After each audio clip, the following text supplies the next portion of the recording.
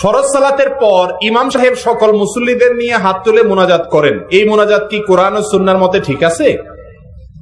ভাইরা আমার, ইমাম সাহেব সালাম ফেরানোর সঙ্গে সঙ্গে, মুক্তাদি সালাম ফেরানোর সঙ্গে সঙ্গে ইমাম এবং মুক্তাদির সাথে সম্পর্ক শেষ।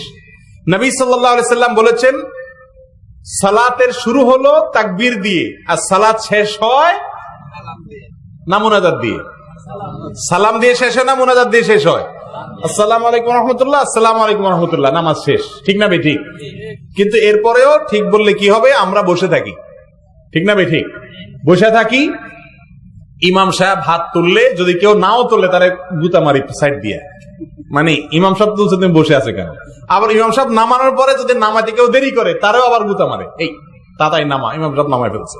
ঠিক না বেঠিক? ভালো করে শুনে রাখেন, সালাম ফিরে ফেলছেন, ইমামের সাথে মুক্তাদির কোনো সম্পর্ক নেই। বাস। আমাদের নবী সাল্লাল্লাহু আলাইহি সাল্লাম 10 বছর মদিনায় ইমামতি করছেন। এই 10 বছরে 18,000 ওয়াক্ত নামাজের ইমামতি করছেন। তার ওয়াফাতের পরে 4 খলিফা মিলায়া 30 বছর খেলাফত করেছেন। এই 30 বছরে 18 করে 10 বছরে হলে এর সাথে আরো 3 গুণ যোগ করেন, প্রায় 76,000 ওয়াক্ত নামাজ 4 খলিফা এবং আমাদের নবীজি ইমামতি করে পড়াইছেন, কম বেশ। এই নামাজের কোথাও তারা সাহাবীদেরকে সাথে নিয়ে সালাম ফেরানোর পরে হাত তুলে সবাই মিলে একসাথে দোয়া করছেন, এরকম কোন জাল হাদিসও নেই। কথা কি বুঝাতে পারছি? যদি বলেন যে আছে তাহলে দেখান। একটা হাদিস আছে, একজন সাহাবী, তার নেতৃত্বে কিছু সাহাবীরা সফর থেকে আসতেছেন, হঠাৎ করে তাদের সামানা ইত্যাদি হারায় গেছে। তো এগুলো হারানোর পরে তারা ফজরের সালাতের পরে সবাই মিলে হাত তুলে আল্লাহর কাছে দোয়া করছে। এটি সহিহ হাদিস দ্বারা সাবেত। অতএব এই হাদিস দ্বারা বোঝা যায় যে কোন বিপদে, কোন বিশেষ মুসিবতে যদি সবাই মিলে আল্লাহর কাছে দোয়া করে এটা ঠিক আছে। কিন্তু এটাকে সিস্টেম বানায় নেওয়া, 5 ওয়াক্ত নামাজের পরে সবাই মিলে মুনাজাত করা, আর মুনাজাত না করলে ইমামের চাকরি না থাকা, বা এটা নিয়ে গন্ডগোল ফাসাদ করা, এটার কোনো সুযোগ নাই। কিন্তু আমার এই মাসআলা বলার পরে আপনারা যদি মৌকাড়াবাসী এখানে এইটা নিয়ে গন্ডগোল করেন, তো মনে রাখবেন এই গন্ডগোল করার কোনো অনুমতি ইসলামে, মুনাজাত আছে না নাই সেটা নিয়ে আলোচনা হইতে পারে, কিন্তু গন্ডগোল যে নাই এটা নিয়ে আলোচনার সুযোগ। যে সমস্ত ভাইয়েরা মুনাজাত করছেন, আল্লাহর ওয়াস্তে তাদেরকে বেদাতি বলে ট্যাগ দিয়ে শত্রুতা করে, তাদের বিরুদ্ধে করে নোংরামি এবং নিজেদের ভিতরে দলাদলি এগুলা করতে যাবেন না। সুন্দরভাবে পারলে বুঝান, কেউ না মানলে সেটা নিয়ে বাড়াবাড়ি করতে যাবেন না। কথা কি বুঝাতে পারছি? ভাইরা আমার, আমি শুধুমাত্র বলেছি আমাদের নবীজি 10 বছরে কখনো সালাম ফেরানোর পরে মুক্তাদিরকে সাথে নিয়ে এভাবে হাত তুলে দোয়া আমাদের মতো করেননি। তিনি কি করছেন?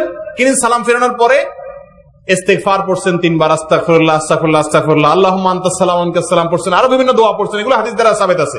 কিন্তু সবাইকে নিয়ে হাত তুলে মুনাজাত করছেন এরকম কোনো প্রমাণ পাওয়া যায় না। আমি কার কথা বলছি? আমাদের নবীজির কথা। আর এতক্ষণ ধরে আপনারা শুনলেন শুধুমাত্র নবীজির সুন্নত অনুযায়ী চললেই আমরা জান্নাতে যেতে পারবো, আল্লাহ নিজেই কোরআনে বলে দিয়েছেন।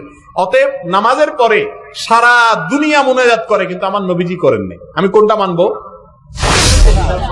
মুসলমান কোনটা মানবে? নবীজি তাই করছে। এখন আপনি যদি বলেন না হুজুর নবীজি করছে, প্রমাণ আছে, তাহলে আপনি প্রমাণ দেখান।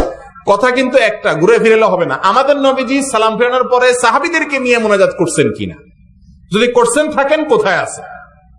আমি কি বুঝাতে পারছি? এরপরেও যদি কিছু ভাইরা বলে না, একটা হাদিসে আসছে কিন্তু যে ফরজ নামাজের পর দোয়া কবুল হয়, আর দোয়া যেহেতু কবুল হয় অতএব দোয়া করলাম হাত তুলে সমস্যা কি? তাহলে যাটা শেষে করেন, অসুবিধা নাই, কিন্তু একজনের সাথে সবাই সম্মিলিত ভাবে করতে হবে এরকম কোন নির্দেশ নাই। হ্যাঁ, বিশেষ কোনদিন সালাম ফিরাইছেন, আপনার মনে চাইছে আল্লাহর কাছে কিছু চাইতে, আপনি চান, নিষেধ নেই। কথা বুঝতে পারছি? কিন্তু এটাকে সিস্টেম বানায় নেওয়াটা কি নিষেধ। কিন্তু আমাদের সমাজে এটা দীর্ঘদিন ধরে চলে আসতেছে ভাই, দীর্ঘদিন ধরে চলে আসছে। আমি একটা মজার কথা বলি আপনাদের, এই মুনাজাত নিয়ে এত গন্ডগোল আমাদের দেশে। মক্কা মদিনার প্রতি শ্রদ্ধা আমাদের আছে না নাই? বিশেষ করে আহলে হাদিস ভাইদের মধ্যে আজকাল দেখা যায় এই মুনাজাত নিয়ে 2 গ্রুপ। এক গ্রুপ বলে মুনাজাত আছে, আরেক গ্রুপ বলে নাই। অথচ সমস্ত আহলে হাদিস ভাইরাই মক্কা মদিনাকে খুব বেশি সম্মান করেন। করেন কি করেন না? সে মক্কা মদিনা 5 ওয়াক্ত নামাজ ইমাম সাহেবরা মুনাজাত করেন, সম্মিলিত মুনাজাত করে না। এবার আসেন আমাদের দেশে। আমাদের দেশে ওলামায়ে দেওয়ান যারা আছেন, কওমি মাদ্রাসার হুজুর যারা আছেন, তাদের বাংলাদেশের সবচেয়ে বড় মাদ্রাসা কোনটা? হাটহাজারী মাদ্রাসা। হাটহাজারী মাদ্রাসায় 5 ওয়াক্ত নামাজের হুকুম মোনাজাত আছে না নাই? নাই। আমি হাটহাজারীর ছাত্র, এখনো খবর নেন নাই। বাংলাদেশের সমস্ত কয় মাদ্রাসার গোড়া। এবার আসেন আলিয়া মাদ্রাসা। আলিয়া মাদ্রাসার বড় বড় মেইন কয়টা মাদ্রাসার ভিতরে একটা হলো তামিরুল মিল্লাত, ঠিক না? ঠিক, মোনাজাত নাই। এবার আসেন তবলিগ জামাত, হেডকোয়ার্টার কাকরাইল এবং তবলিগের বিশ্ব ইজতেমা, 5 ওয়াক্ত নামাজের মোনাজাত নাই। আমি কি বুঝাতে পারছি আপনাদের? তাহলে গোড়াগুলা দেখেন সবগুলা নাই, কিন্তু শাখাগুলাতে সব আমরা গন্ডগোল করতেছি। আমি কি বুঝাতে পারছি? তারপরও আপনাদেরকে বলবো, যদি আপনাদের এলাকাতে মোনাজাত চালু থাকে, আল্লাহর ওয়াস্তে এটা উঠানোর জন্য গন্ডগোল করবেন। মানুষকে বুঝান। যেদিন মানুষ বুঝবে যে সালাম ফেরানোর পরে আসলে মোনাজাত না, দোয়া জিকির পড়া উচিত, সেদিন মানুষ এমনি ছেড়ে দিবে। আর যদি না ছাড়ে, তারটা তাকে করতে দেন। আল্লাহর ওয়াস্তে এটা নিয়ে ভেজাল করতে যাবেন না, খবরদার। আমার মসজিদে আমি যেখানে জুমা পড়াই, 6 মাস পর্যন্ত আমি নিজেও মোনাজাত করছি আমাদের মুসল্লিদেরকে নিয়ে। কেন করছি?